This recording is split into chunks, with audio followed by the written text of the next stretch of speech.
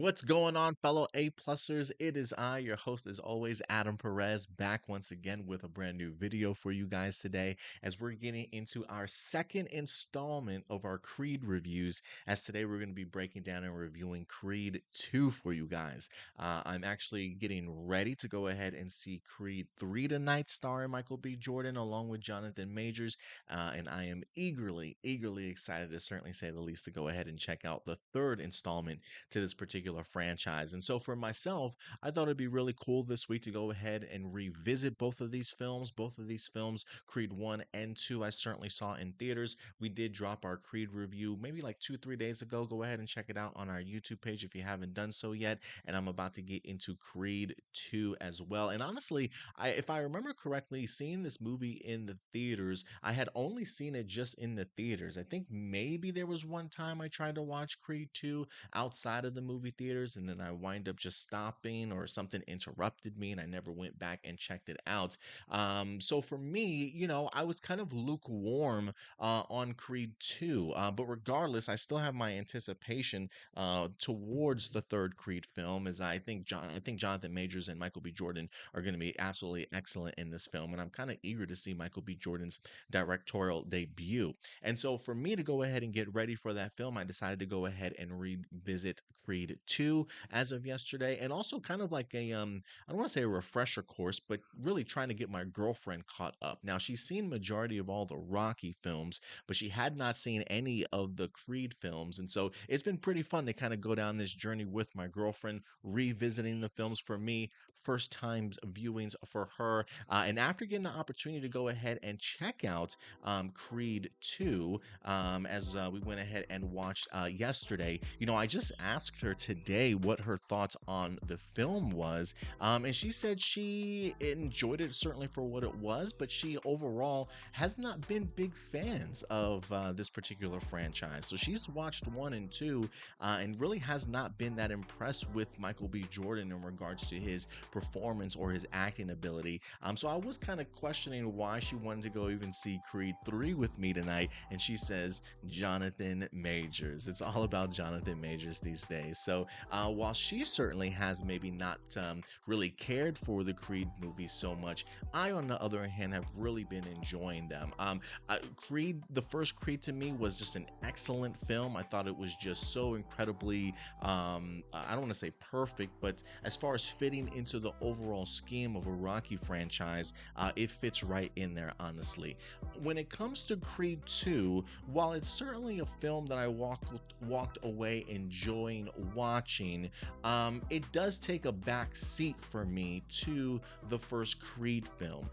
For me, I think the final act in this movie is really strong. I was a really big fan of not only the training sequence and montage that we wind up getting, but the last battle, the last fight in the ring was pretty intense, honestly, with Victor Drago. And so for me, I thought it was probably better than some of the other fights that we had seen in this franchise. And I thought the ending to this really honestly kind of made me tear up a little bit. Just not only getting the opportunity to see Adonis prove his worth to himself and what he's certainly capable of, and finding what he was certainly trying to fight for, if you will, kind of finally coming to terms in the sense of like, I'm no longer under Apollo Creed's shadow, I'm my own man, sort of thing. And this movie sort of really establishes it. And I think for me also at the end, getting the opportunity to see things sort of wrap up for Rocky really went a long way for me. It felt very much like a proper send-off. There's a scene towards the end of this movie where they fist bump after the final battle, and Rocky looks up at him and he says something about it's your time now. And it feels very much sort of like the passing of a torch towards the end of this film, and honestly giving Rocky Balboa as perfect of a send-off as you could possibly ask for without killing this man off. You know what I mean? So the idea that we go into Rocky 3 without Sylvester Stallone as Rocky Balboa seemed seems quite fitting to me. It feels like Creed 3 is supposed to be the personal journey that Adonis Creed does on his own. And so I am looking to see how they finally cement that for Adonis Creed going forward in the third installment. But I thought it was a really proper ending to a lot of their character arcs in Creed 2.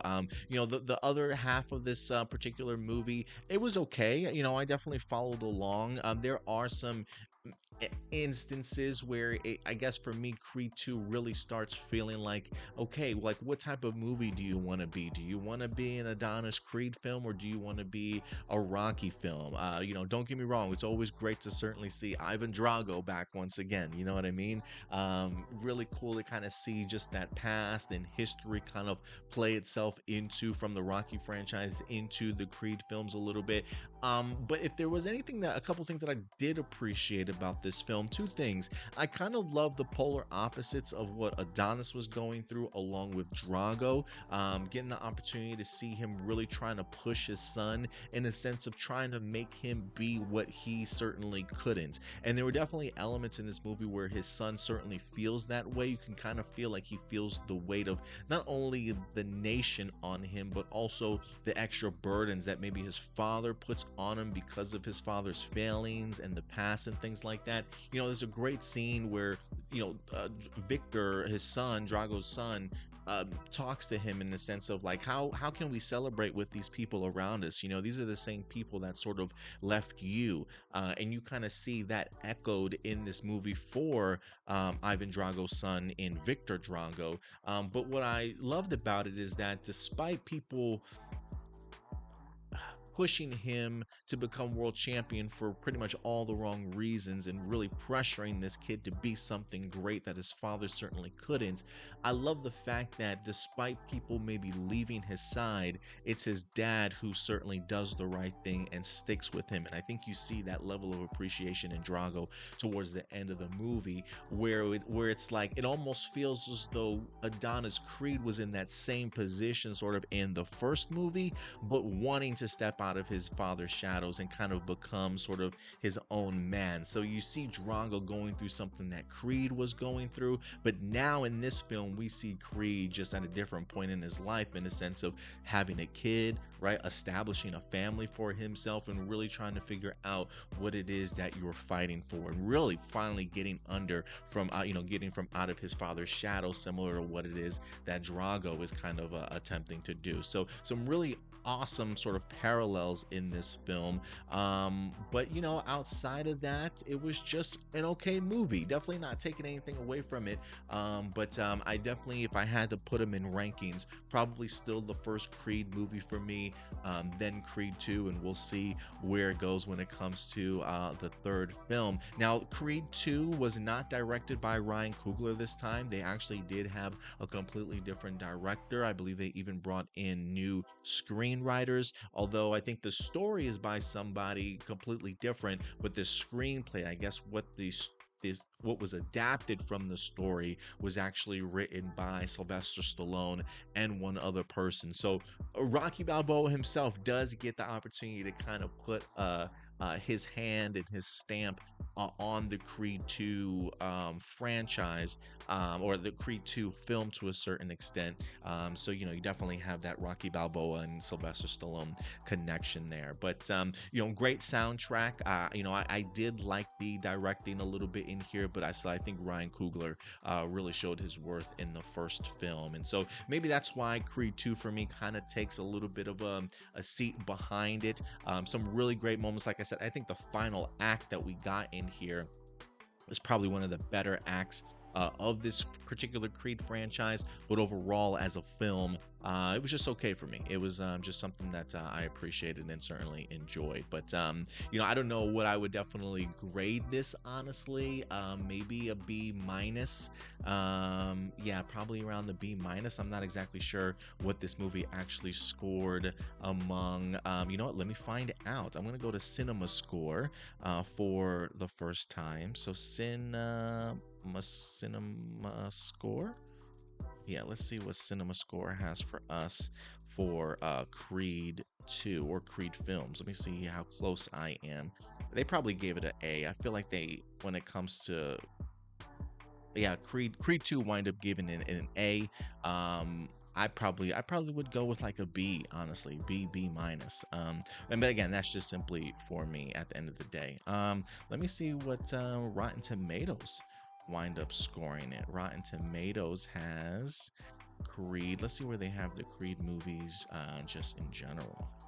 If my computer would ever like to load for me today. But yeah, guys, overall, not too bad of a film. One that I certainly enjoyed. Again, it's one of those things. I actually even watched this movie last night with a girlfriend, and I wind up falling asleep to it. But then again, I feel like I fall asleep to every movie that I watch these days, so that probably shouldn't surprise me in the least bit, to be perfectly honest with you guys. But yeah, you know what? I can't get Rotten Tomatoes up, so that's all right. I just wanted to give you guys my grades for these particular films. But listen, I want to know what you guys thought. What did you guys think of Creed 2? If you got the opportunity to certainly check it out, what stood out to you? What certainly didn't? You know, for me, like Tessa Thompson, I thought she was great in this. Her having a struggle with some of her hearing aid loss, how progressive it is, the worries that they have for their daughter as of right now.